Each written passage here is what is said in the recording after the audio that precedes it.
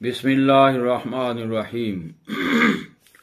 हुजूर गौसे आज़म जिलानी रहमतुल्लाह ताला अलैह इरशाद फरमाते हैं, साहबजादे, अव्वल अपने नफ्स को नसीहत कर, इसके बाद दूसरे के नफ्स को नसीहत कर।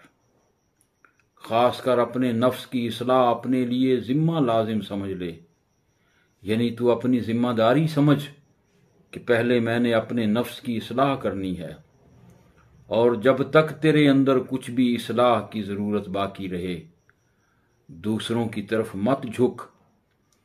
तुझ पर अफसोस है कि तू खुद तो डूब रहा है, फिर दूसरों को कैसे बचाएगा।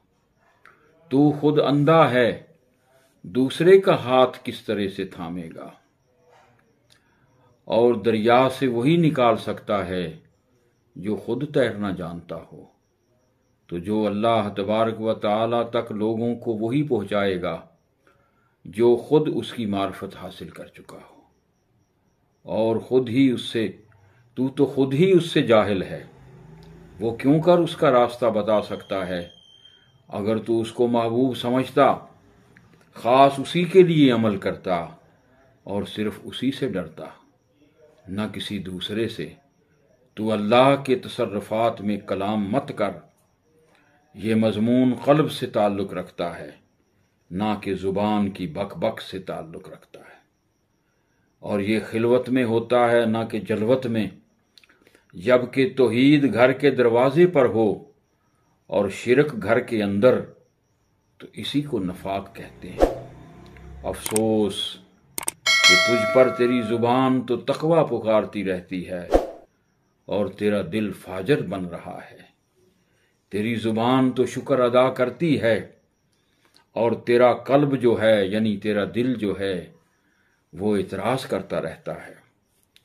हक ताला फरमाता है, ऐ इब्ने आदम, मेरी तरफ से तू खैर तेरी तरफ उतरती है और तेरी तरफ से शर मेरी जानिब चढ़ता रहता है, बढ़ता रहता है।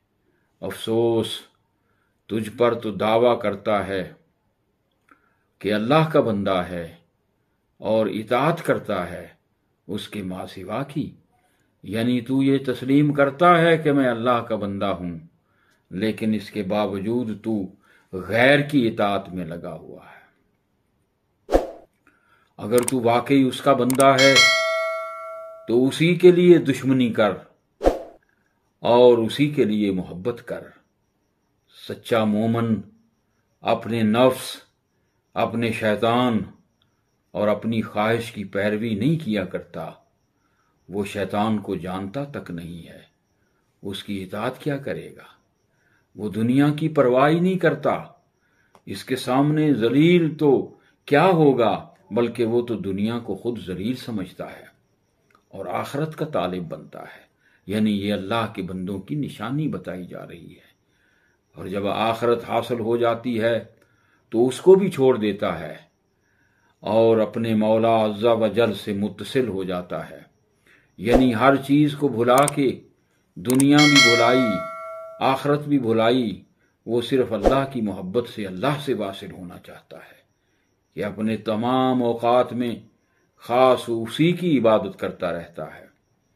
वो अल्लाह अज़्ज़ा व जल का इरशाद सुन चुका है कि लोगों को हुक्म नहीं दिया गया मगर उसी का कि वो अल्लाह की इबादत किया करें, उसी के लिए इबादत को खालिस बनाकर और एक तरफ होकर मखलूक को खुदा के शरीक करना छोड़ दे कि अल्लाह ताला अज़्ज़ा व जल को यकता समझ। वही तमाम चीज़ों का पैदा करने वाला है और उसी के हाथ में है तमाम अशिया। ऐ गैरुल्लाह से किसी चीज़ के मांगने वाले, तू बेवकूफ़ है। क्या कोई ऐसी चीज़ है जो अल्लाह के ख़जानों में ना हो।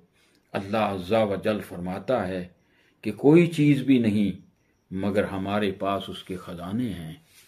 इसमें हुजूर गौसे आज़म जिलानी रहमतुल्लाह ताला अलैह अपने उन कामलीन बंदों के बारे में फरमा रहे हैं और हमें सबक दे रहे हैं कि तौहीद पे कायम रहे, और तौहीद किसी अल्लाह वाले से ही सीखी जा सकती है। और अल्लाह वाला भी तुझे तौहीद ही का सबक दे के अल्लाह के दर पे झुकने के लिए आमादा करे, उसी की तरफ तेरी लो लगाए और उसी की बंदगी करने का तुझे दरस और सबक दे, ताकि तू उसको पा ले। और फिर ये सब उसकी अलामतें हैं कि अगर तू वाकई अल्लाह का बन के बैठा है तो फिर तुझे किसी गैर की कोई हाजत नहीं रहनी चाहिए। यानी अपने रब से अपनी बात किया कर, रब से मांगा कर।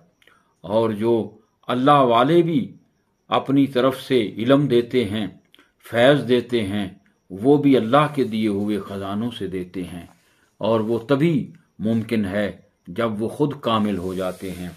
उसके बाद वो दूसरों को भी कामिल बनाने के लिए अपना फैज़ बांटते रहते हैं।